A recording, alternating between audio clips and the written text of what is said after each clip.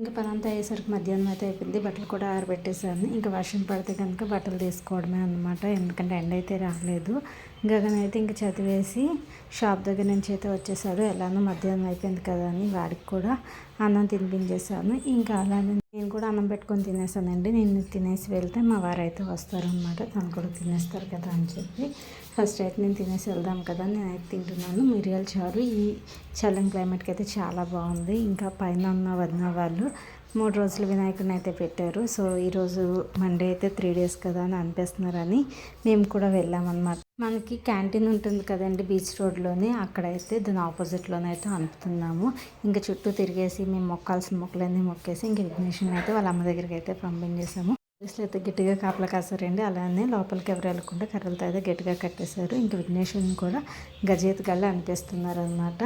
ఇంకా కొంతసేపు అక్కడ ఉండి ఆ తర్వాత ఇంటికి అయితే వెళ్ళిపోయిన వీడియోని సెలెక్ట్ చేసి